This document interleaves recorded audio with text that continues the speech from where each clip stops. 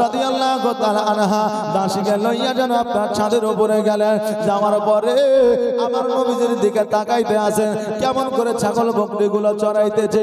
এবার দূর থেকে যখন লক্ষ্য করে আমার নবীজি সকল ছাগলগুলোকে আপনার ছেড়ে দিয়েছে, আর একটা বাবলা গাছের ছায়া আমার নবীজি মাথার উপরে হাত দিয়ে যেন আরাম করছে। খাদিজা অবাক হয়ে গেলেন, হায় রে, এতগুলো ছাগল চারটা নাগালে দেখাশোনা করতে পারে না, আর আজকে একজন যুবক ছাগলগুলো নিয়ে যায়। ওই যুবক তো ছাগলের পিছে থাকে না, ওই যুবক তো ছাগলগুলোকে এদিক ওদিক করে না, ওই যুবক তো দেখি বাবলা গাছের নিচে আরাম করতেছে। এর কারণটা বুঝলাম না। ও বাবাজি ভাইরা, ইতিমধ্যে আমার খাদিজাতুল কুবরা রাদিয়াল্লাহু তাআলা আনহা দেখছেন যেন একটা মস্ত বড় সাপ আমার নবীর মাথার উপরে যেন ফনা তুলে দাঁড়িয়েছে। সঙ্গে সঙ্গে খাদিজা বলে, এ আমার সৈন্যরা শুনে নাও, শুনে নাও, তোমরা জলদি করে যাও, ওই মুহাম্মদের মাথার উপরে একটা মস্ত বড় সাপ ফনা তুলে দাঁড়িয়েছে। তোমরা যদি জলদি করে না যাও, ওই সাপে হয়তো মুহাম্মদকে দংশন করে নিবে। এবার খাদিজাতুল কুবরা রাদিয়াল্লাহু তাআলা আনহার সৈন্যরা যেন লাঠি নিয়ে যেন আমার নবীজির দিকে ছুটতে আরম্ভ করলো। এবার আমার নবীজির কাছে যাইয়া বলে, মুহাম্মদ,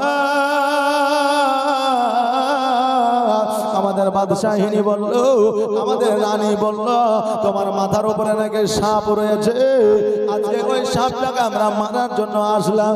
নবী আমার বললে, আমার মাথার উপরে কি সাপ দেখতে পাও? বলে, না না, সাপ তো দেখতে পাই না। তোমরা যখন সাপ দেখতে পাও না, বাড়ির দিকে যাও, আর দেরি করিও না। সৈন্যদের বলল, তোমরা কি সাপ দেখতে পাও? বলে, না।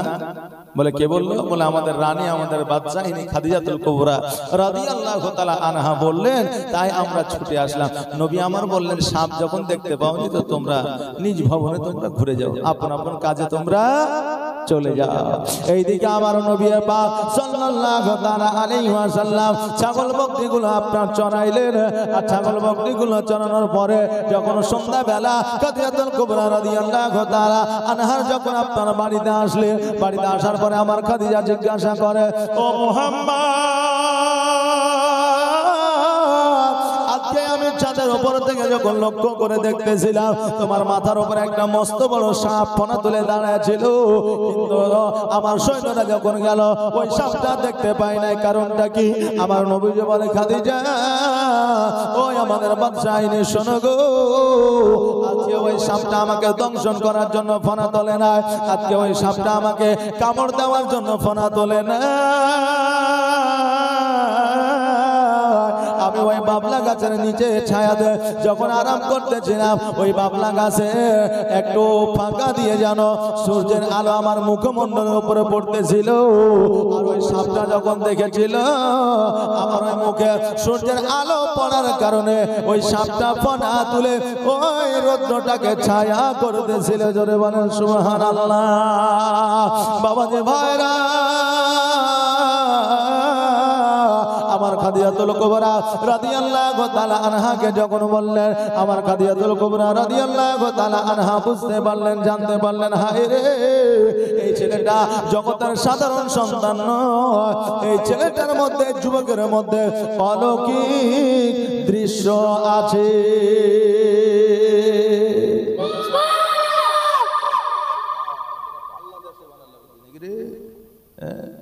ওরা যুক্তি করে সুবহানাল্লাহ বলছে, তোদের সুবহানাল্লাহ আমি চমকে যাচ্ছি, একটু সুবহানাল্লাহ আস্তে বলে সুবহানাল্লাহ। মাশাআল্লাহ, একবার দরুদ পড়ে, আল্লাহুম্মা সাল্লি আলা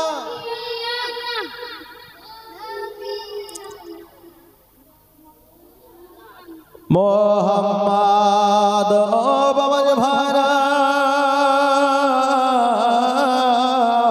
আমার খাদিজাতুল কুবরা রাদিয়াল্লাহু তাআলা আনহা বুঝতে পারলেন, জানতে পারলেন, এই জগতের সাধারণ সন্তান নয়, এই সন্তানের মধ্যে অলৌকিক দৃশ্য আছে। এবার আমার দয়ার নবী, মায়ার নবী সাল্লাল্লাহু তাআলা আলাইহি ওয়াসাল্লাম যখন বাড়ির দিকে গেলেন, এবার খাদিজাতুল কুবরা রাদিয়াল্লাহু তাআলা আনহা চিন্তা করলেন, হায় রে, এই ছেলেটাকে যদি আমি ছাগল ভক্তি চরণ করাতে দিই হয়তো আমার পরবর্তীতে কোনো অসুবিধা হতে পারে।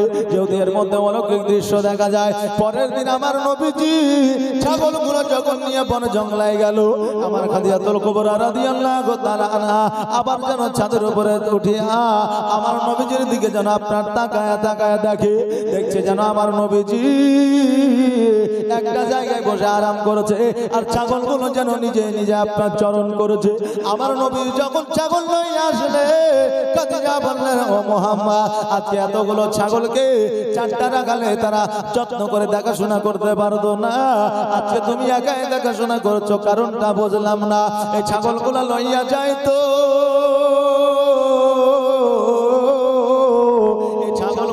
পেট পূরণ হইত না, কিন্তু তুমি কালকে থেকে নিয়ে যাচ্ছ ছাগলগুলোর পেট পূরণ হয়ে যাইতেছে, কারণটা বুঝলাম না। আমার নবী বলে, খাদিজা ওই আমাদের বাদশাহিনী শোনো গো, আজকে ছাগলগুলাকে যখন আমি নইয়া গেছিলাম, এই ছাগলগুলা নিজেরাই চুক্তি পরামর্শ করেছে। আজকে যে আমাদের নিয়ে আসছে এই দোনো জাহানের বাদশা আকা মাওলা জনাবে মুহাম্মদুর রাসূলুল্লাহ সাল্লাল্লাহু তাআলা আলাইহি ওয়াসাল্লাম, আজকে এনাকে বিরক্ত করা যাবে না। আজকে এনাকে যদি আমরা বিরক্ত করে দিই কিয়ামতের দিন আমরা জবাব দিতে পারবো না। এই জন্য ছাগলরা নিজে নিজে আপনার চরণ করে। আর আমার আল্লাহর রহমতে যেই জায়গায় ছাগলগুলো চরণ করে, একবার চরণ করলে পুনরায় ঘাস আবার উৎপত্তি হয়ে যায়। জোরে বলেন সুবহানাল্লাহ। ঘাস আবার উৎপত্তি হয়ে যায়। এই জন্য পুরো ছাগলের পেট যেন পূরণ হয়ে যায়। আমার খাদিজাতুল কুবরা রাদিয়াল্লাহু তাআলা আনহা আমার নবীর কাজ দেখে আপনার খুশি হয়ে গেল। এত বড় একটা অলৌকিক দৃশ্য আমি দেখতে পাইলাম। আজকে এই জায়গায় এই মুহাম্মদকে রাখা যাবে না। আমার দয়ার নবী মায়ের নবী সাল্লাল্লাহু তাআলা আলাইহি ওয়াসাল্লামকে ডাক দিয়ে বলে, ও মুহাম্মদ, ও আব্দুল্লাহর বেটা, আজকে থেকে আমার বাড়িতে তুমি ছাগল চড়াইবে না। আজকে থেকে তুমি আমি খাদিজা আমার সেনাপতি হয়ে থাকবে। জোরে বলেন সুবহানাল্লাহ। নবী আমার বলল, খাদিজা আজকে তোমার সেনাপতি যদি আমি হয়ে যাই, তোমার সেনাপতি যে আছে সে তো বড় রাগান্বিত হয়ে যাবে, সে হয়তো আমার উপরে হিংসা করবে। খাদিজাতুল কুবরা রাদিয়াল্লাহু তাআলা আনহা বললে, ও মুহাম্মদ শোনো গো, আজকে আমার সেনাপতি যে বেতন পাবে তার যে কাজে সে কাজই করবে, কিন্তু আমার ডবল সেনাপতি থাকবে, তার মধ্যে তুমি হলে একটা। আমার নবীজির প্রমোশন হইল। আমার নবীজি খুশি হইয়া আমার আমিরে হামজা রাদিয়াল্লাহু তাআলা আনহুকে গিয়া বললেন। এবার আমিরে হামজা রাদিয়াল্লাহু তাআলা আনহু খুশি হইলে আমার নবী পাক সাল্লাল্লাহু তাআলা আলাইহি ওয়াসাল্লাম যেন আপনার এইভাবে আপনার কাজগুলো করতে লাগলেন খাদিজাতুল কুবরা রাদিয়াল্লাহু তাআলা আনহার বাড়িতে। এবার আমার নবীজি বলে, খাদিজা ও আমাদের বাদশাহিনী, আমাদের রানী, আজকে আমাকে তো কোনো কাজ বলেন নাই। এবার খাদিজা বলল, কাজ বলবো, কারণ হইল তোমার কাজ, তোমাকে আমি ব্যবসা করাবো, বাণিজ্য করাবো, এই জন্য তোমাকে আমি সেনাপতি বানাইছি। আমার নবীজিকে বললে, মুহাম্মদ তোমাকে ব্যবসায় যেতে হবে, বাণিজ্যে যেতে হবে, তুমি পরের দিন রেডি হয়ে যাও, তৈরি হয়ে যাও। আমার নবীজি বাড়িতে আসিয়া চাচার কাছে যেন আপনার বিদায় নিলেন, চাচার কাছে যেন অর্ডার নিলেন, হুকুম নিলেন, আদেশ নিলে নামার পরে আপনার জামা কাপড় লইয়া যেন খাদিজার বাড়িতে হাজির হইলেন। এবার ব্যবসায় যাবে, বাণিজ্যে যাবে। তখন খাদিজাতুল কুবরা রাদিয়াল্লাহু তাআলা আনহার মূলত ব্যবসা ছিল আপনার এই ঠান্ডার দিনে কম্বলের ব্যবসা। জোরে বলেন সুবহানাল্লাহ। শীতের দিনে কম্বল বুঝেন যে এখনকার ছেলেরা কম্বল আর বুঝবে না, কারণ ওই কম্বল আর নাই। যে একটা সময় লিহুলি ছিল, কম্বল ছিল, গোদড়া ছিল, এখন আর নাই। আছে যে এখন আর নাই। এই জন্য এখনকার নিউ জেনারেশনের ছেলেরা এগুলা বুঝবে না।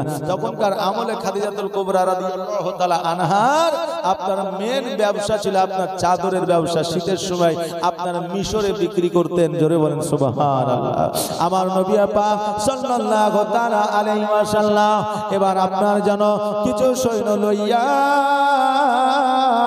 চাদর মোলা আপনার ঘোড়ার পৃষ্ঠে উটের পৃষ্ঠে চাপায় লইয়া যেন আপনার চলতে আরম্ভ করলেন। কিছু দূর যাওয়ার পরে ডান দিকে একটা রাস্তা, বাম দিকে একটা রাস্তা, পেছন দিকে একটা রাস্তা, সামনের দিকে একটা রাস্তা। এবার সৈন্যরা বলছে, ইয়া রাসূলুল্লাহ, ইয়া হাবিবাল্লাহ, নবী গো, আমরা কোন পথ হয়ে যাব, কোন রাস্তা হয়ে যাব? এবার বলল, আমরা সামনের রাস্তা হয়ে যাব। এবার বলল, শোনো গো, আমরা সামনে রাস্তা হয়ে যাব, ডান দিকে যাবে না, বাম দিকে যাব না, পেছন দিকেও যাব না। সৈন্যরা বলল, ইয়া রাসূলুল্লাহ, ইয়া হাবিবাল্লাহ, নবী গো, সামনে রাস্তাটা বড় বন্ধ হয়ে গেছে, জ্যাম হয়ে গেছে, সামনে রাস্তাটা জংলা হয়ে গেছে। ওই রাস্তা দিয়ে যদি আমরা যাই, ডাকাতেরা ডাকাতি করে নিবে, ডাকাতেরা ছিনতাই করে নিবে, অতএব ওই রাস্তা দিয়ে যাওয়া যাবে না। আমার নবীজি বললেন, সৈন্যরা, আমি সামনের পথে যাব, এমন কোন ডাকাত না যে আমার কাছে ছিনতাই করবে। বলে, বুঝলাম ছিনতাই তো করবে না, কিন্তু ওই রাস্তাতে তো গাছ গাছরা হয়ে গেছে, রাস্তা তো আপনার গাছে ঘিরে নিয়েছে, যেহেতু ওই রাস্তায় মানুষের চলাফেরা না, আজকে ওই গাছগুলোর কি হবে? আমার নবীজি বলল, শোনো রে সৈন্যরা, আমি আগে আগে যাই আর আমার পিছে পিছে তোমরা আসো। এবার আমার দয়ার নবী, মায়ের নবী সাল্লাল্লাহু তাআলা আলাইহি ওয়াসাল্লাম সৈন্যদের নিয়ে আমার নবী যেন আগে আগে যায়। আমার নবীজি কি মজা দেখে, আমার নবীজি আগে আগে যায় আর রাস্তা যেন গাছপালাগুলো নিজে নিজে বানায়া দেয়। কারণ হইল, আমার নবী যখন আপনার গুণা নিয়ে আগিয়ে যায়, আপনার রাস্তার গাছপালাগুলো নিজে নিজে যেন সরে যায় আর নিজে নিজে যেন রাস্তা তৈরি হয়ে যায়। জোরে বলেন সুবহানাল্লাহ। আমার দয়ার নবী, মায়ের নবী সাল্লাল্লাহু তাআলা আলাইহি ওয়াসাল্লাম যখন এবার কিছু দূর গেলেন, যাওয়ার পরে দেখছেন জানো ওই রাস্তার মাঝে উট যেন আপনার অসুস্থতা অবস্থা, একটা নয়, দুইটা নয়, পাঁচটা নয়, হাজার হাজার উট যেন অসুস্থ হইয়া ওই জঙ্গলের মধ্যে যেন পড়ে আছে। আমার নবীজিকে দেখা সকল উট যেন আপনার খুশি হয়ে গেল। দেখলে রহমাতাল লিল আলামিন এসেছে, আমাদের আখেরি পয়গম্বর জনাবে মুহাম্মদ রাসূলুল্লাহ সাল্লাল্লাহু তাআলা আলাইহি ওয়াসাল্লাম এসেছে। শোনো রে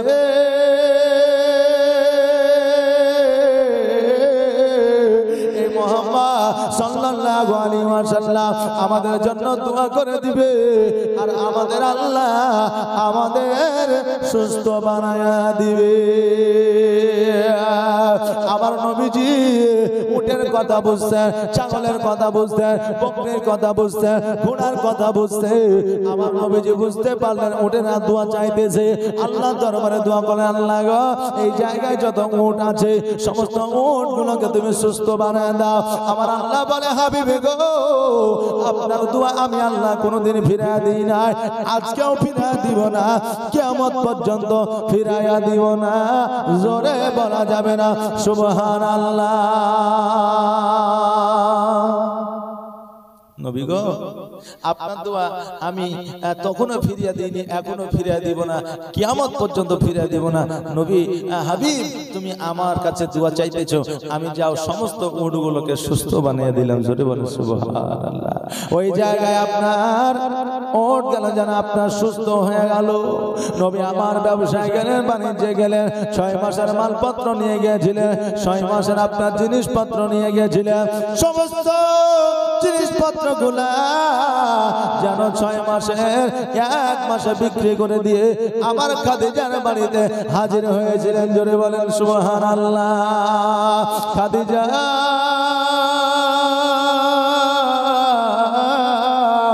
রাদিয়াল্লাহু তাআলা আনহা জিজ্ঞাসা করেছিল, শোনো রে ও মুহাম্মদ, শোনো, আজকে 6 মাসের জিনিসপত্র 1 মাসে কেমন করে বিক্রি করলা? আমার নবীজি বললে, আমাদের বাদশাহী রে, ওই আমাদের সরদারি রে, ওই আমাদের রানী, শোনো গো, আজকে যখন জিনিসপত্র বিক্রি হয়ে যায় আমাদের 6 মাস থেকে কোনো লাভ নাই, 1 মাসে বিক্রি করে দিয়ে পুনরায় বাপনা বাড়ি এসেছে। খাদিজা চিন্তা করে হয়তো 6 মাসের জিনিস 1 মাসে বিক্রি করে দিয়েছে, তো মনে হয় লস হবে, লাভ মনে হয় খুব একটা হবে না। এবার টাকা পয়সা যখন আপনার গুণে দেখছে, তো দেখছে যেন যে অন্যান্য সৈন্যরা যখন বিক্রি করতে যায়, বাণিজ্যে যায়, তো আপনার যে এক পরিমাণ মানে 1% লাভ নিয়ে আসে, আমার নবীজি 1 মাসে বিক্রি করে 4% লাভ নিয়ে এসেছেন। জোরে বলেন সুবহানাল্লাহ। খাদিজা 1% লাভ নিয়ে বাকি আপনার 3% লাভ আমার নবীর হাতে উঠিয়ে দিলেন। জোরে বলেন সুবহানাল্লাহ। নবী আমার বললেন, খাদিজা আমি এত টাকা কি করব? বলে, তুমি লাভ করে দিয়েছো আমাকে বেশি, অতএব বেশি টাকাটা আমি খাদিজা তোমাকে দিয়ে দিলাম। নবী আমার টাকাগুলো নিয়ে বাড়িতে আসলেন। বাড়িতে আসার পরে চাচা আমিরা হামজার হাতে উঠে দিয়েছে।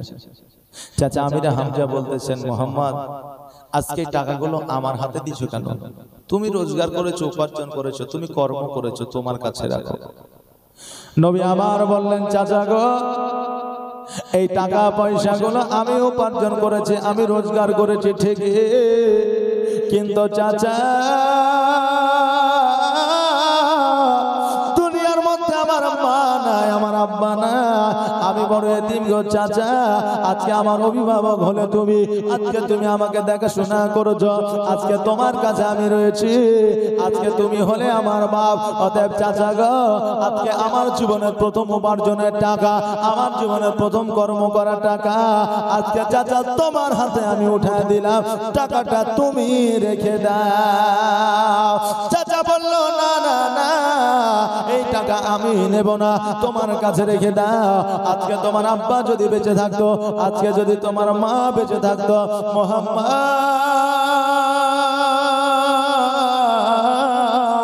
আজকে তোমার আব্বা কত খুশি হইতো রে, আজকে তোমার মা কত খুশি হইতো। আমার নবীজি বললেন, চাচা গো, আমি বড় এতিম, আমার আল্লাহ পাক রব্বুল আলামিন আমাকে এতিম বানিয়েছে। অতএব চাচা, আজকে আমার অভিভাবক যখন আপনি, আমার এই টাকাগুলো আপনি রেখে দেন। এতিমের কত জ্বালা, এতিমের কত যন্ত্রণা, এতিমের কত বেদনা, এটা আমার নবী ছাড়া আর কেউ বলতে পারবে না। এই জন্য আমার নবী পাক সাল্লাল্লাহু তাআলা আলাইহি ওয়াসাল্লাম বলেছে, হে আমার উম্মত উম্মতিরা, তোমরা যদি এতিম দেখতে পাও, বাবারা মাহারা যদি সন্তান দেখতে পাও, ওই বাবারা মাহারা সন্তানকে টাকা দিয়ে, পয়সা দিয়ে, ধন দিয়ে, সম্পদ দিয়ে যদি তোমরা সহযোগিতা না করতে পারো, ওই এতিমের মাথায় একবার হাত বোলাইয়া দাও, আল্লাহ তোমাকে একটা মাকবুল হজের সব দান করে দিবে। হে আল্লাহর বান্দারা, এতিমের মাথায় হাত বুলিয়ে দেওয়ার কারণে যদি একটা হজের সব পাওয়া যায়, রাস্তায় যদি এতিম পাওয়া যায়, আমরা ওই এতিমের মাথায় হাত বুলিয়ে দিব, বলেন ইনশাআল্লাহ। এতিম দেখা গো, শুধু মানুষ কষ্ট পায় না, আল্লাহর ফারিস্তারা পর্যন্ত ওই এতিমের গায়ের ধুলা বালি গুলা যেন ঝেড়ে দেয়। জোরে বলেন সুবহানাল্লাহ।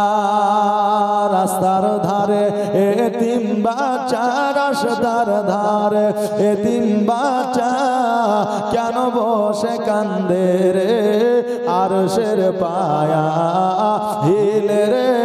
রাস্তার ধারে এতিম বাচ্চা কেন বসে কান্দে রে, আরশের পায়া হিলে রে। আর এতিম বাচ্চা বসে বসে কেন আজ কান্দিয়া যা,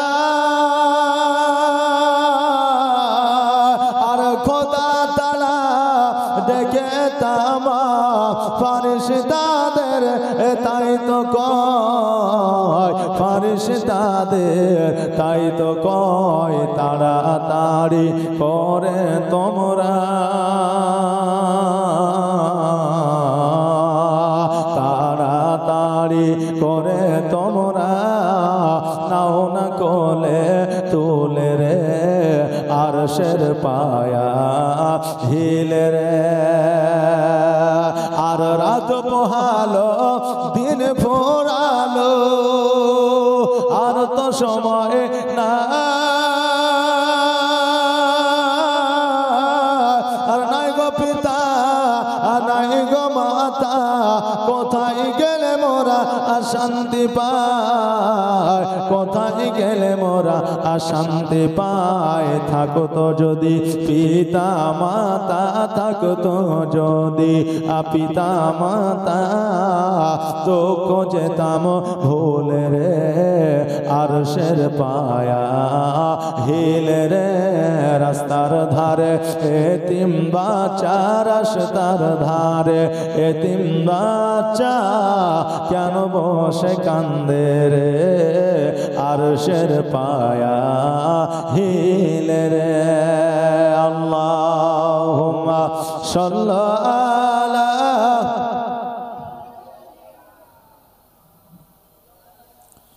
মুহাম্মাদ ওয়া আলা আলিহি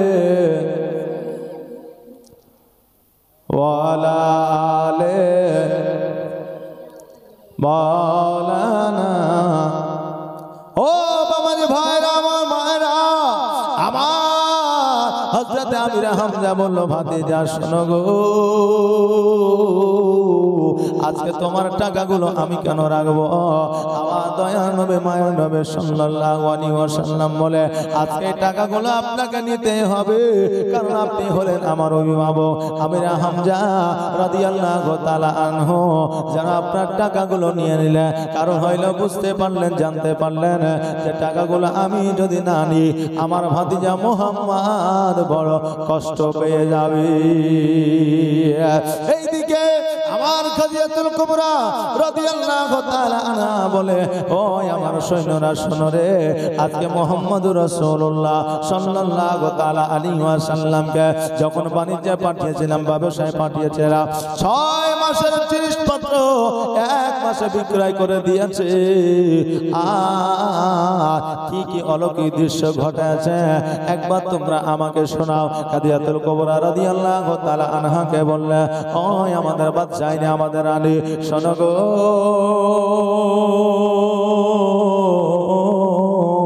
আমার দয়ার নবী মায়ার নবী সাল্লাল্লাহু আলাইহি ওয়াসাল্লাম যখন ব্যবসায় গিয়েছিলেন, বাণিজ্যে গিয়েছিলেন, তখন আমরা অলৌকিক দৃশ্য দেখেছি। রাস্তা যেন নিজে নিজে তৈরি হয়ে যাচ্ছে, গাছপালাগুলো যেন ডাইনে বামে সরে যাচ্ছে, আর যেন 6 মাসের জিনিসপত্র 1 মাসে বিক্রয় করে দিয়েছে। 1 নয় 2 নয় 4% লাভে বিক্রয় করেছে। খাদিজা যখন এই কথা শুনলেন, সর্বদা সর্বক্ষণ দাসীদের কাছে যেন আমার নবীর গুণগান করে। দাসীরা বলল, খাদিজা আজকে কি তুমি নবীজির মহব্বতে পড়েছো? জোরে বলেন সুবহানাল্লাহ। খাদিজা বলল, নবীর মহব্বতে পড়েছে মানে কারণটা কি? বলল, আপনি সর্বদা সর্বক্ষণ মুহাম্মদুর রাসূলুল্লাহ সাল্লাল্লাহু তাআলা আলাইহি ওয়াসাল্লামের কথাবার্তা আলোচনা করেন। বলেন, ও খাদিজা, এইভাবে আলোচনা করলে তো হবে না, তুমি বলো, বলো, তুমি যদি বলো বিবাহের পয়গাম, বিবাহের চিঠি আমরা নবীর কাছে পাঠাইয়া দিব। খাদিজা বলল, আমি জীবনে 3টা বিবাহ করেছি, আমার 3টা স্বামী ইহকাল থেকে পরকাল গমন করেছে। ও আমার দাসীরা, আমি চাইছিলাম আর বিবাহ করব না, কিন্তু নবীর যে অলৌকিক দৃশ্য, নবী যে এমন চেহারা নিয়ে এসেছে, তার সৌন্দর্য, আমি খাদিজা, আমি যেন মনে মনে তাকে মহব্বত করে ফেলেছি। ও বাবাজি ভাইরা, এখন বর্তমানে দুনিয়াবি মহব্বত আলাদা, আর তিনাদের মহব্বত ছিল আলাদা। কারণ হইল আমার খাদিজাতুল কুবরা রাদিয়াল্লাহু তাআলা আনহা আমার নবীজিকে মহব্বত করেছিলেন ঠিকই, কিন্তু কোনদিন প্রকাশ করে না। দাসীরা যখন বলল, এ খাদিজা আমাদের বাদশাহী রে, আপনি যদি একবার বলে আমরা মুহাম্মদের কাছে যাব, আর যাওয়ার পরে তাকে পয়গামটা দিব। খাদিজা বলল, মুহাম্মদকে আমাকে বিবাহ করবে, কারণ হইল আমার বয়স 40 আর মুহাম্মদের বয়স হলো 25। আজকে সে যুবক, সে কি আমাকে বিবাহ করবে? দাসীরা বলল, খাদিজা কেন বিবাহ করবে না? কারণ হইল তোমার সম্পদ আছে, জমি আছে, জায়গা আছে, অট্টালিকা আছে, বাড়ি আছে, ঘর আছে, উট আছে, ঘোড়া আছে, দুম্বা আছে, ছাগল আছে, বকরি আছে, কেন রাজি হবে না? শুধু একবার অর্ডার দাও, আমরা নবীর কাছে পয়গাম পৌঁছে দিব। খাদিজা বলল, শোনো রে, একবার আমার নবীজিকে বলো, যদি রাজি হইয়া যায় আমি খাদিজা বিবাহ করে নিব।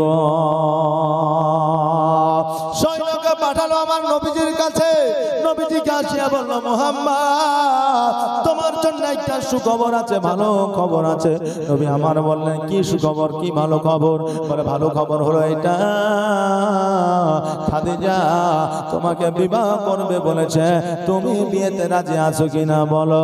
নবী আমার বলল, শোনো রে, আমার অভিভাবক আছে, যার নাম হলো আমির হামজা, আমার চাচা যদি রাজি হইয়া যায় আমি নবী রাজি হইয়া যাব। জোরে বলেন সুবহানাল্লাহ।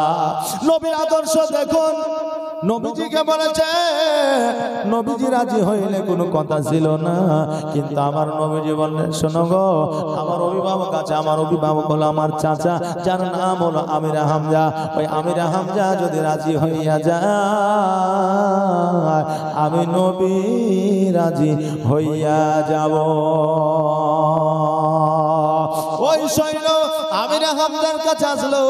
আসার পরে আমির হামজাকে বলল, শোনো গো চাচা, আজকে খাদিজা বিবাহ করতে চেয়েছে মুহাম্মদকে, তোমার মুহাম্মদ যদি রাজি হইয়া যায় বিবাহ হইয়া যাবে। অতএব তোমার ভাতিজা মুহাম্মদ বলেছে, আমার চাচারা যদি রাজি হইয়া যায় আমি নবী রাজি হইয়া যাব। আমির হামজা বলল, শোনো, আমার একটা ভাই আছে, আমার ভাইকে নিয়ে আলোচনা করি, যার নাম হলো আবু তালিব, আমি তাকে নিয়ে আলোচনা করব, যদি রাজি হইয়া যায় আমিও রাজি হইয়া যাব। কারণ হইল আমার নবী হলো এতে, তার আব্বা নাই, মা নাই, তার জগতে কেউ নাই। আজকে খাদিজার সঙ্গে যদি বিবাহ দিয়ে দিই আমার নবীজি সুখী হইয়া যাবে, এই জন্য আমরা তার সঙ্গে বিবাহ দিয়ে দেব। দুই ভাই একত্রিত হইল, আলোচনা সাপেক্ষে বলল, ঠিক আছে বিবাহ আমরা রাজি। এবার খাদিজাতুল কুবরা রাদিয়াল্লাহু তাআলা আনহা দরবারে গেলেন। যাওয়ার পরে বললেন, খাদিজা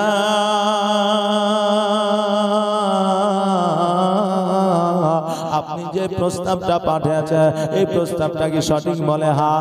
বলে, মুহাম্মদ কি বলেছে? বলে, মুহাম্মদকে আমরা কিছু বলি না, তবে আমরা যদি বলি রাজি হইয়া যাবে। আমার খাদিজাতুল কুবরা রাদিয়াল্লাহু তাআলা আনহা বলে, ও আমির হামজা, শোনো গো, কি খবর হবে, নবী রাজি আছে কি না আমাকে একটু বলে যাবে। বলে, ঠিক আছে। আমার আমির হামজা বাড়িতে আসলে, আসার পরে আমার দয়ার নবী, মায়ের নবী সাল্লাল্লাহু তাআলা আলাইহি ওয়াসাল্লামকে ডাকলে। ডাকার পরে বলে, মুহাম্মদ আজকে আমরা আমির হামজা বলতেছি, আজকে আমি তোমার বিবাহ খাদিজার সঙ্গে দিতে যাই, তুমি রাজি আছো কিনা? নবী আমার বললেন, চাচা গো, আপনারা রাজি আছেন কিনা? বলে, চাচা আমির হামজা বলল, আমিও রাজি, আমার ভাইও রাজি, তুমি রাজি কিনা বলো। আমার নবীজি বললেন, আমিও রাজি, তবে চাচা আমার খাদিজাকে বিবাহ করতে কোন রকমের অসুবিধা না, তবে তিনটা শর্ত যদি খাদিজা মেনে নেয় আমি নবী খাদিজাকে বিবাহ করে নিব। আমির হামজা বললেন, কি শর্ত বলো? বলে, প্রথম শর্ত হলো তার যত জমি জায়গা আছে, ধন সম্পদ, অট্টালিকা আছে, সব কিছু দান করে দিতে হবে ফকির মিসকিন এতিমদের মধ্যে, গরিবদের মধ্যে। আর দ্বিতীয় শর্ত হইল আমি যে পোশাকটা দিব, আমি যে কাপড়টা দিব, ওই কাপড়টা তাকে পরিধান করতে হবে। আমি যে কাপড়টা দিব ওই কাপড়টা তাকে পরিধান করতে হবে। আর তৃতীয় শর্ত হইল একটা খেজুরে 1 সপ্তাহ পরে যদি খেতে বসে ওই সময় ফকির মিসকিন যদি চলে আসে নিজে না খেয়ে ফকির মিসকিনকে দিয়ে দিতে হবে। জোরে বলেন সুবহানাল্লাহ। আমির হামজা বলতেছে ভাতিজা তুমি বিবাহ করবে না, তুমি ডাইরেক্ট বলো, তুমি এইভাবে ঘোরায়া কেন বলো? একজন রানী যে কোনোদিন খাবারের অভাব বুঝেনি, ও কেমন করে 1 সপ্তাহ না খায়া থাকবে? যে একজন রানী যার কাপড়ের ঠিক নাই, সে নিজেই জানে না কতটা কাপড় আছে, ওই রানী কেমন করে একটা কাপড়ে জীবন যাপন করতে পারে? একজন রানী যার ঘরের অভাব নাই, টাকার অভাব নাই, পয়সার অভাব নাই, ও কেমন করে সব কিছু গরিব মিসকিনদের মধ্যে দান করে দিতে পারে? এটা সম্ভব নয়। আর এটা যেহেতু সম্ভব নয় সেহেতু তোমার শর্ত সে মেনে নিবে না। আমার নবী বলে চাচা গো আমার এই শর্ত মানবে কিনা একবার খাদিজাকে যে বলো। আমির হামজা বলল না না না, এই শর্ত কোনোদিন বলা যাবে না। কারণ হইল খাদিজা হলো আমাদের রানী, আমাদের বাদশাহিনী। এখন যদি আমি এই কথা গিয়ে বলি আর রাগে রাগান্বিত হয়ে যদি আমাকে বন্দি করে দিত, জ্বালা তো বেড়ে যাবে নাকি বলে? হ্যাঁ, তো এই শর্তগুলা বলা যাবে না। আমির হামজা কয়েকদিন গেল না, চুপ করে থাকলো। এই থেকে খাদিজা সৈন্যদের ডেকে বলছে কি ব্যাপার, আমি যে কথাগুলো বলে পাঠালাম ওই কথার অ্যানসার তো এখন পর্যন্ত আসলো না।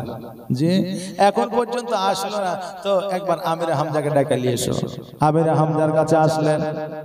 আমির হামজাকে যেন আপনার ডেকে নিয়ে গেল খাদিজাতুল কুবরা রাদিয়াল্লাহু তাআলা আনহার কাছে। আমার আমির হামজা রাদিয়াল্লাহু তাআলা আনহু যেন আপনার মাথাটা আপনার নিচু করে দাঁড়িয়ে আছে।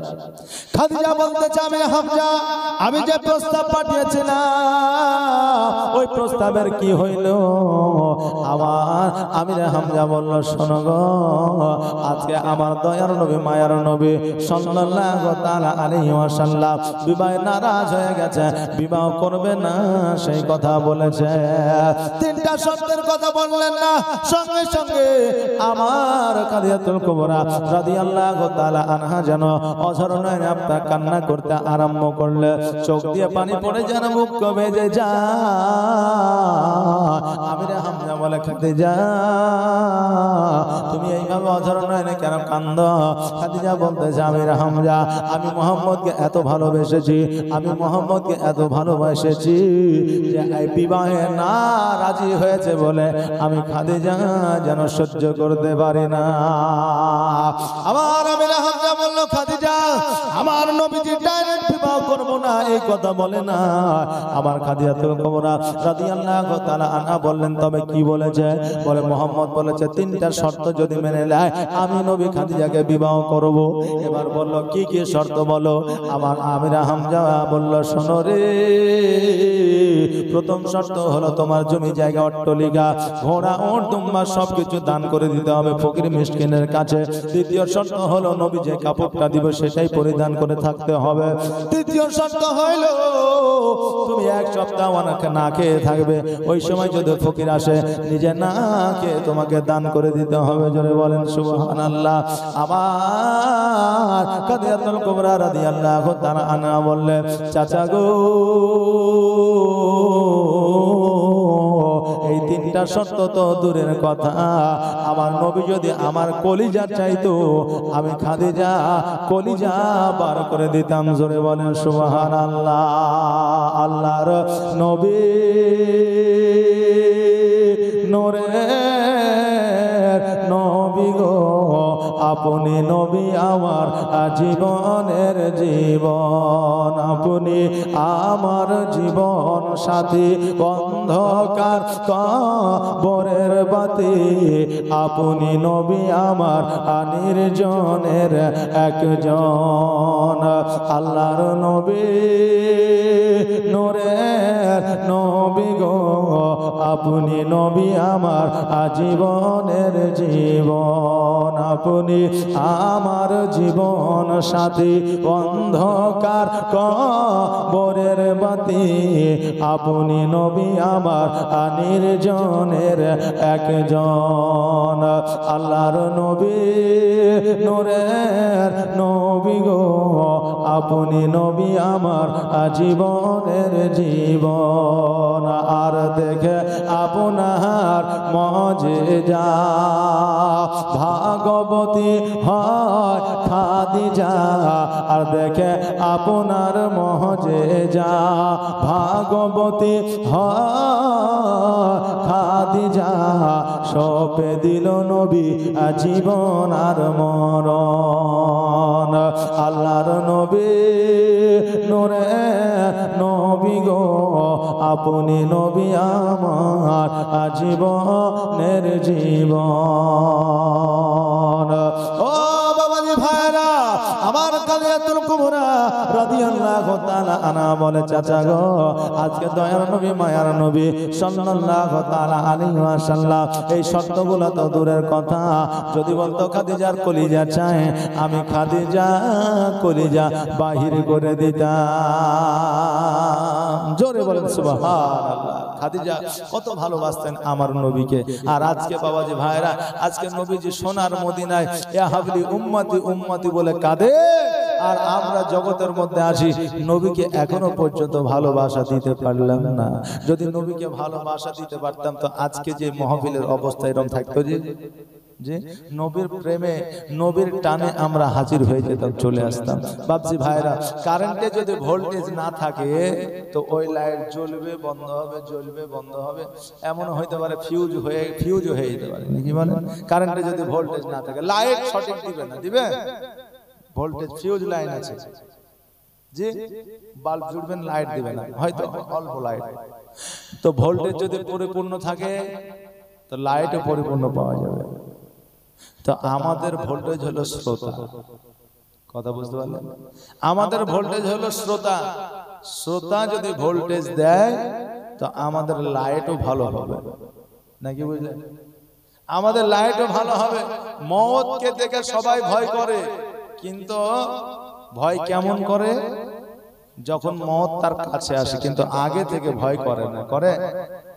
যদি মওতকে ভয় থাকতো তাহলে আমাদের অবস্থা হয়তো, সবাই জানে মরতে হবে, কেউ বাঁচবে না জগতে। ওকে বলেন মরবেন না, বলে মরবো। ওকে বলেন, ও বলবে মরবো। হিন্দুকে বলেন, খ্রিস্টানকে বলেন, জৈনকে বলেন, বৌদ্ধকে বলেন, ইহুদিকে বলেন, নাসারাকে বলেন, যাকে বলেন সবাই বলে মরবো। কিন্তু মওতের যে ভয় সেটা আমাদের নাই। কিন্তু নিকটে চলে আসলে সবার ভয়, নাকি মরে যাব, এই জগৎ ছেড়ে চলে যাব, এই যে আমাদের চিন্তা। একজনের স্বামী বুঝলেন হঠাৎ করে খুব অসুস্থ, খুব জ্বর। এই জ্বরের কারণে স্ত্রী তার স্বামীকে সেবা করে। এবার ওই স্ত্রী কথায় কথায় বলছে, স্বামীকে জ্বরটা তোমাকে না হয় যদি আমাকে হইতো, আজকে তোমার দরদটা আমি বুঝতে পারতাম, তোমার কষ্ট না হয় যদি আমাকে কষ্টটা হইতো। আর বুঝলেন এমন অবস্থায় তার বাড়িতে ঢুকেছে বিলাই, আর হঠাৎ করে আপনার খাবারের জিনিসগুলো আপনার হড়মড় করে পড়ে গেছে। আর যেমনই পড়ে যাও, ওই মহিলা বাইরে এসে দেখছে যে দুটা লাইট জ্বলছে, মানে অন্ধকার। আর বিলাই আর কুকুরের রাত্রে বেলা চোখ জ্বলে না, জ্বলে। তো ওই চোখ দুটো দেখতে পাইছে, দেখছে যে এত রাত্রে কে এসেছে। তো মনে মনে ভাবছে যে আমার স্বামী যেহেতু অসুস্থ, সেহেতু মনে হয় ইসরায়েল এসেছে। তো ইসরায়েল যদি আসে তো এ রাত্রে অন্ধকার, কেউ কাউকে তো দেখতে পাবে না, চিনতে পারবে না। তো স্বামী অসুস্থ আর আমি সব্বার যদি আমার জানটা কবুজ করে লাই তাহলে তো মুশকিল হয়ে যাবে। এই জন্য যখন ওই বিলাইটা দাঁড়িয়ে দাঁড়িয়ে তাকাইছে, তো ও ইশারা করে দেখাচ্ছে যে আমি নয়, ওইটা, মানে ওইটা অসুস্থ হয়ে আছে, জান যদি কবুজ করতে হয় তাহলে ওর করো, আমার লয়। কথা বুঝতে পারলেন? ভালোবাসা আমাদের অন্তরে মুখে, এই জন্য আমাদের এই অবস্থা। আমরা নবীকে বলি ভালোবাসি ভালোবাসি, কিন্তু অন্তরে সেই ভালোবাসা আছে যে নাই। আমার নবীর জন্য আপনার কতজন জিহাদে গেছে, যুদ্ধে গেছে, জি যুদ্ধে যাওয়ার পরে কতজন শহীদ হয়ে গেছে। আর ওই শহীদ হয়ে যাওয়ার পরে তারা শহীদের দরওয়াজা লাভ করেছে। জোরে বলেন সুবহানাল্লাহ।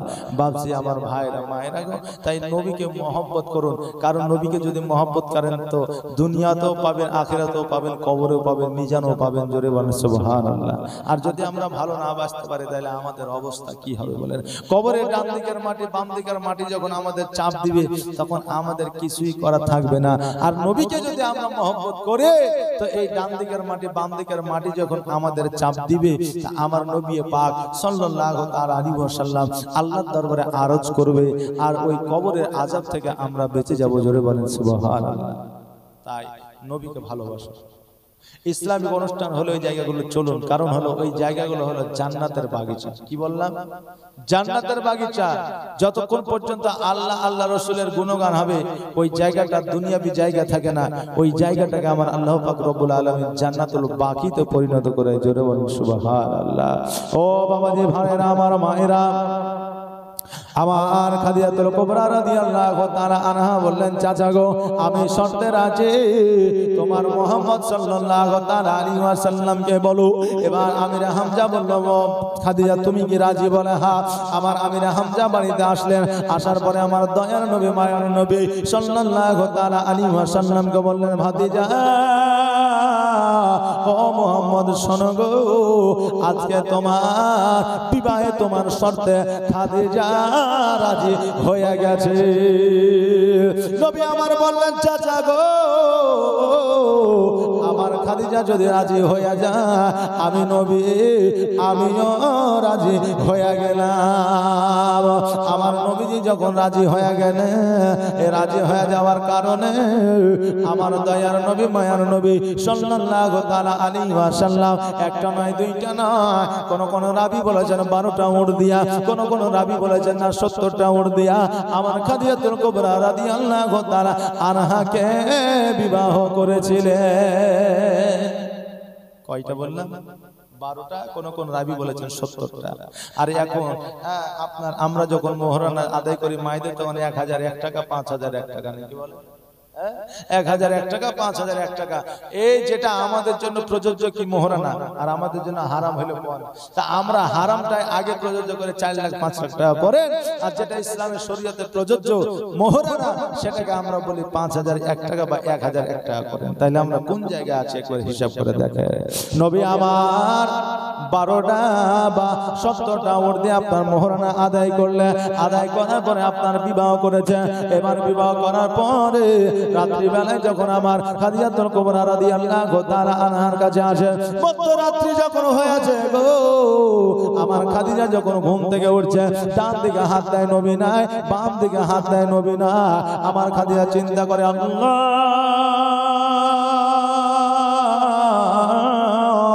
আমার নবীজি কোথায় গেছে গো, আমার নবীজিকে কেন দেখা যায় না? খাদিজাতুল কুবরা রাদিয়াল্লাহু তাআলা আনহা সারা রাত প্রসাদ খুঁজলেন, নবীকে পাওয়া গেল না। বাড়িতে আপনার ঘরে ঘরে খুঁজলেন, কোন ঘরে পাওয়া গেল না। আমার খাদিজা যে জীবনে কোনোদিন বাইরে হয় না, ওই খাদিজা আমার নবীজিকে খোঁজার জন্য বাইরে হয়ে গেলে। এবার আপনার খুঁজতে খুঁজতে খুঁজতে খুঁজতে যেন শুভের সাথে হয়ে গেল। সকালবেলা যখন হয়ে গেল, আমার নবীর দিকে আপনার যখন খুঁজতে খুঁজতে পাইল না, হঠাৎ করে দেখছে আমার নবীজি একটা পাহাড়ের উপরে সেজদায় পড়ে পড়ে ইয়া হাবলি উম্মতি উম্মতি বলে কাঁদছে। খাদিজা চিন্তা করে, আল্লাহ গো এই পাহাড়ের উপরে আমার নবীর কাছে আমি কেমন করে পৌঁছাবো? এক পা দুই পা করে গুটি গুটি পায়ে ওঠার চেষ্টা করে, কিন্তু পাহাড়ে উঠতে পারে না। ওই পাহাড়ের যে আপনার সিঁড়ি নাই, ওই পাহাড়ে ওঠার মতো কোনো রাস্তা নাই।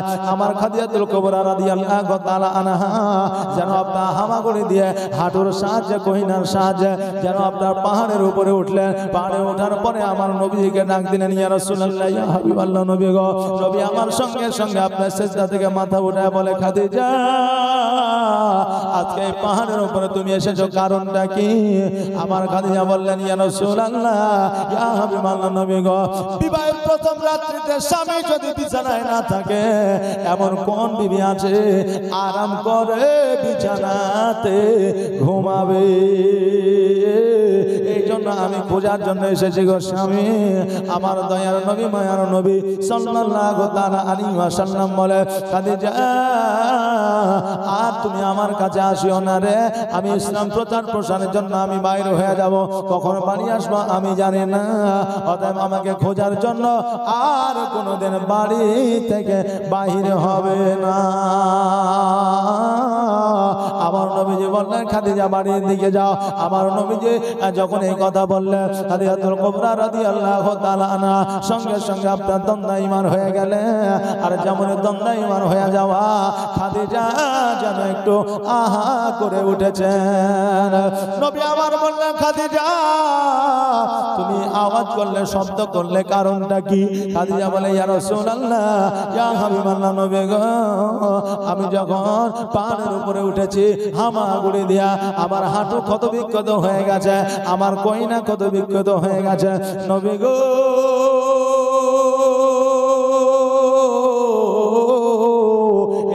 ক্ষত হয়ে যাওয়ার কারণে আমার ওই জায়গাগুলোতে যেন ব্যথা করতেছে, যন্ত্রণা করতেছে, এই জন্য আমি আওয়াজ করেছি। নবী আমারে বললেন কোন জায়গা? খাদিজাতুল কুবরা রাদিয়াল্লাহু তাআলা আনহা জায়গাগুলো দেখালেন। আমার নবীজি থুতু মুবারক লাগিয়ে দিলেন। খাদিজা বলতে যে খোদার কসম করে বলি আমার নবী যখন আমার ওই ক্ষত বিক্ষত জায়গাতে থুতু মুবারক লাগায় দিয়েছে ওই জায়গাগুলো ক্ষত বিক্ষত থাকা তো দূরের কথা দাগ পর্যন্ত ছিল না। জোরে বলা যাবে না সুবহানাল্লাহ? একটু আওয়াজ দিয়ে বলুন না ইয়া রাসূলুল্লাহ। আমার নবীজি কত বড় ডাক্তার ছিলেন দেখেন গো। আমার নবীজি থুতু মুবারক দিয়ে দিয়েছে, ওই জায়গায় দাগ ছিল না। এখন কোন ডাক্তার আছে যে আপনার কাটা জায়গাতে আপনার ওই থুতু লাগিয়ে দিবে, ঘা ভালো হয়ে যাবে, এরকম ডাক্তার আছে? আছে? নাই। আবার কিছু মানুষ বলে নবী আমার মতো ছিল, বলে না যে নবী আমার মতো ছিল, জোরে বলেন নাউজুবিল্লাহ। কারণ নবীর মতো বড় ডাক্তার, বড় হাকিম, বড় উকিল এখনো পর্যন্ত হয়নি, কিয়ামত পর্যন্ত হবে না, জোরে বলেন সুবহানাল্লাহ। এই জন্য কই বলছেন বিজ্ঞানীরও বিজ্ঞানী আমার নবীজি, জোরে বলেন না সুবহানাল্লাহ। আর বিজ্ঞানীরও বিজ্ঞানী আমার নবীজি। এমন একটা দয়ার নবী আর হবে কি, এমন একটা মায়ার নবী আর পাইবা কি? বিজ্ঞানীদের বিজ্ঞানী আমার নবীজি। বিজ্ঞানীরা রথের যুগে আকাশেতে যায়, আমার নবী রকেট ছাড়া মেরাজেতে যায়, জোরে বলেন সুবহানাল্লাহ। এই দেখেন কিছুদিন আগে রাকেশ শর্মা নামে একজন বিজ্ঞান চাঁদের দেশে গিয়েছিল, যায়নি? তো যাওয়ার পরে সারা দেশে পপুলারিটি অর্জন করলো, সারা দেশ বললো, ভারতের নাম করলো যে ভারতের একজন বিজ্ঞান চাঁদের দেশে গেছে, কেউ যেতে পারে না। আজকে যারা বলে নবী আমার মতো ছিল তারাও কত গুণগান করলো। আর নবীর কথা যখন বলি, আরে যখন প্লেন ছিল না, জাহাজ ছিল না, রকেট ছিল না, বিমান ছিল না, তখন তো আমার নবী আজকে থেকে 1445 হিজরি আগে শুধু চাঁদের দেশ নয়, প্রথম আসমান থেকে সপ্তম আসমান ভেদ করে আমার আল্লাহর সঙ্গে দিদার করেছিল, জোরে বলেন সুবহানাল্লাহ। তো ওই নবীর নাম যখন আমরা করি তখন এদের মুখটা বেঁকিয়ে যায়। আর এরাই বলে যে নবী আমার মতো ছিল, নাউজুবিল্লাহি মিন জালিক। আরে আজকে তো রাকেশ শর্মা গেছে চাঁদের দেশে, আজকে থেকে 1445 হিজরি আগে আমার নবীজি সপ্তম আসমান ভেদ করে খোদার সঙ্গে দিদার করেছে, জোরে বলেন সুবহানাল্লাহ। এই জন্য বলছে বিজ্ঞানীরা রথের যুগে আকাশেতে যায়, আর আমার নবী রকেট ছাড়া মেরাজেতে যায়। ওরে এই যুগে কি এমন বিজ্ঞান আর হবে কি? ওরে এই যুগে কি এমন বিজ্ঞান আর পাইবা কি? বিজ্ঞানীদের বিজ্ঞানী আমার নবীজি, বিজ্ঞানীদের বিজ্ঞানী আমার নবীজি। আবু বকর সিদ্দিকের সাপে কামড়াইলো, আর আমার নবীর থুতু দিয়া ভালো হয়ে গেল। আবু বকর সিদ্দিককে যখন সাপে দংশন করেছিল, তো নবী আমার বললে আবু বকর কি ব্যাপার, তোমার গাটা সবুজ বর্ণ হয়ে গেছে, তোমার শরীরটা কাতর হয়ে গেছে, ব্যাপারটা কি? আবু বকর বললে হুজুর আমাকে সাপে দংশন করেছে তাই বিষে কাতর হয়ে গেছে। নবী আমার বললেন কোন জায়গা? পায়ের তালুতে দেখালেন, আর নবী আমার থুতু মুবারক লাগিয়ে দিলেন। আবু বকর বলছে খোদার কসম করে বলি ওই জায়গাতে যখন আমার নবী যে থুতু লাগিয়ে দিলেন তো সমস্ত শরীরের বিষ পানি হয়ে গেল, জোরে বলেন সুবহানাল্লাহ। আর আজকে যারা বলছে নবী আমার মতো ছিল, তাদের থুতু যদি ঘামাচিতে লাগিয়ে দেওয়া হয় তো ওই জায়গাটা পচে ঘা হয়ে ক্যান্সার হয়ে যাবে, কিন্তু ভালো হবে না। আবার তারাই নির্লজ্জের মতো বলে নবী আমার মতো ছিল, জোরে বলেন নাউজুবিল্লাহ। বাবজি ভাইরা, তুমি তো দূরের কথা, এখন সাপে কামড়ানো রোগীকে যদি ডাক্তারখানা নিয়ে যাওয়া হয় তো ডাক্তার আগে 10টা ইনজেকশন দিবে, তারপর রক্ত পরীক্ষা করবে, তারপর বলবে যে রোগীটা বাঁচবে না মরবে না, কি বলে? তাহলে নবী আমার বড় ডাক্তার ছিল না? আর ওই যে নবী আমার মতো ছিল। হায় হায় হায়। তাই বলছে আবু বকর সিদ্দিকের সাপে কামড়াইলো আর আমার নবীর থুতু দিয়ে ভালো হয়ে গেল। ওরে এই যুগে কি এমন ডাক্তার আর হবে কি? ওরে এই যুগে কি এমন ডাক্তার আর পাইবা কি? বিজ্ঞানীদের বিজ্ঞানী আমার নবীজি, বিজ্ঞানীদের বিজ্ঞানী আমার নবীজি, এমন একটা দয়ার নবী আর হবে কি? এমন একটা মায়ার নবী আর পাইবা কি? বিজ্ঞানীদের বিজ্ঞানী আমার নবীজি। আগের যুগের মানুষের অসুখ কম হতো আর আমার নবীর কাছে আসলে ভালো হয়ে যেত। আগের যুগের মানুষের রোগ বালা কম হইতো, কিন্তু আমার নবীর কাছে আসলে নবীর চেহারা দেখলে ভালো হয়ে যেত। জোরে বলেন সুবহানাল্লাহ। আচ্ছা, নবীর কাছে আসলে নবী আমার কি দিতেন বলেন তো? নবী গাছ গাছরা কোরআনে কিছু আয়াত দিতেন। নবী উমেশ ডে ক্যালপল প্যারাসিটামল এসব কিছু দিত? এইসব কিছু ছিল না। আর আজকে যখন আমরা সন্তানদের নিয়ে, আমাদের ছেলেপিলে নিয়ে মৌলবীর কাছে যাই, তখন বলে এগুলা শিরিক করা যাবে না। আরে জগতের মধ্যে এমন রোগ আছে যে রোগ আলিমের কাছে না গেলে তোমার ভালো হবে না। যেমন একটা উদাহরণ দিই, যেটা হচ্ছে আপনার নজর লাগা। এই নজর লাগা রোগ আপনি ডাক্তারের কাছে যে এমআরআই করেন, আরো কিছু করেন, আপনার ভালো হবে না। একজন আলিমের কাছে আপনাকে আসতেই হবে। তাই বলছে আগের যুগের মানুষের অসুখ কম হতো আর আমার নবীর কাছে আসলে ভালো হয়ে যেত। ওরে এই যুগে কি এমন ওঝার হবে কি? ওরে এই যুগে কি এমন ওঝার হবে কি?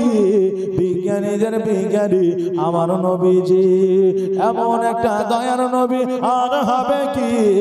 এমন একটা মায়ার নবী আর পাইবা কি? বিজ্ঞানীদের বিজ্ঞানী আমার নবীজি। আল্লাহুম্মা সাল্লি আলা মুহাম্মাদ ওয়া আলা আলিহি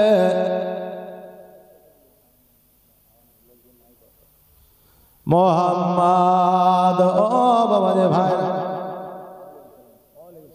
এই দেখেন একজন বাচ্চা 100 টাকা দান করেছে। আল্লাহ যেন দানকে কবুল করে, সকলে বলেন আমিন সুম্মা আমিন। ও বাবা রে ভাইরা গো, আমার খাদিজাতুল কুবরা রাদিয়াল্লাহু তাআলা আনহা বললেন, খোদার কসম করে বলি, আমার কত বিখ্যাত জায়গাতে যখন আমার নবীজি থুতু মুবারক লাগিয়ে দিলেন, আমার ওই জায়গাগুলো কত বিখ্যাত থাকা তো দূরের কথা, দাগ পর্যন্ত ছিল না। মহব্বত রাখতে হবে নাকি বা? আর মহব্বতের সহিত আমাদের ছাড়তে হবে, আমাদের দেখতে হবে, আমাদের মহব্বতের সহিত আমাদের ওয়াজ শুনতে হবে। কারণ এক মৌলভী সাহেব বলেছে যে পরের বাড়িতে, পরের বাড়ির বৌমা তোমার বাড়িতে এসেছে বৌমা হয়ে, অতএব তুমি যেটা খাবা সেটা দিয়ে খাবে। কথা কি বুঝতে পারলেন? অনেক পরিবার আছে দেখবেন 1 কেজি গোস্ত নিলে আর 4টা ছেলে পিলে আছে, তো দেখছে ছেলে পিলে খাইয়ে নিয়েছে, আর বৌমা যে রান্না করেছে তার কপালে হাড় হাড্ডি গোস্ত নাই, যে হাড় হাড্ডি গোস্ত নাই। এই জন্য এখন বৌমারা চালাক হয়ে গেছে, পরে গোস্ত নিয়ে এসে দিয়েছে, এখন বৌমা রান্না করছে আর এক হাতে চালাইছে। কথা বুঝতে পারলেন না? বলে যত চালাকি করবি পর, আমার হাতে তো সব। হ্যাঁ, তো মৌলভী সাহেব ওয়াজ করেছে, পরের বাড়ির বেটি তোমার বাড়িতে বৌমা হয়ে এসেছে, যেটা খাবার সেটা দিয়া খাও। এবার ওই স্টেজে বুঝলেন 80 বছরে এক বুড়া ছিল, সকালবেলায় বাড়িতে গেছে, বাড়িতে যাওয়ার পরে 1 বান্ডিল বিড়ি কিনেছে, বৌমাকে অর্ধেক দিচ্ছে, ও অর্ধেক লিখছে। এখন বৌমা বলছে, এই দেখেন সুবহানাল্লাহ, মোহাম্মদ আলীর নামে 500 টাকা দান করেছেন। ওনার আব্বা জান জগৎ ছেড়ে পরজগৎ, মোহাম্মদ আলী ওনার ছেলে নাকি? এই দেখেন ওনার ছেলে 500 টাকা দান করেছেন। আল্লাহ যেন ওনাকে জান্নাতবাসী করে, সকলে বলেন আমিন সুম্মা আমিন। যোগ্য বাপের যোগ্য সন্তান এখানেতে ছিল, আর ছিল কিনা ছিল দেখো দানে বোঝা গেল, যে আশায় যে নিয়তে করে গেল দান, আর দানকে কবুল করো অগ্রহমান। জোরে বলেন না আমিন। এই দেখেন এবার 80 বছরের বুড়া বাড়িতে যে বিড়ি কি বান্ডিল কিনেছে, বিড়ি বুঝেন তো, যে এবার বৌমাকে অর্ধেক দিচ্ছে, ও অর্ধেক লিছে। এখন বৌমা বলছে আব্বা আপনাকে মাথা খারাপ হইলো নাকি? হ্যাঁ, তো বলছে মাথা আমার খারাপ হয়নি, ওই মুর্শিদাবাদ থেকে একজন মৌলানা এসেছিল, মাথা তার খারাপ হয়েছে। কারণ হলো ও বলেছে যেটা খাবার সেটা দিয়া খাই, নাহলে গুনাহগার হয়ে যাবে। এই জন্য বিড়ি আমি তোকেও দিলাম, আমিও খাবো, কারণ অনেকদিন বিড়ি খেয়েছি, তোকে না দেয়া গুনাহ করেছি, আর গুনাহ করতে রাজি নাই। আজ থেকে বিড়ি তুইও খাবি, আমিও খাবো। আচ্ছা বলেন, ওকে কি বিড়ি দেওয়ার কথা বলেছে? বিড়ি দেওয়ার কথা বলে না, হালালে খাবার দেওয়ার কথা বলেছে। গোস্ত, আপনার ভাত, রুটি, তারপরে ফল, এই সমস্ত খাবারের কথা বলেছে।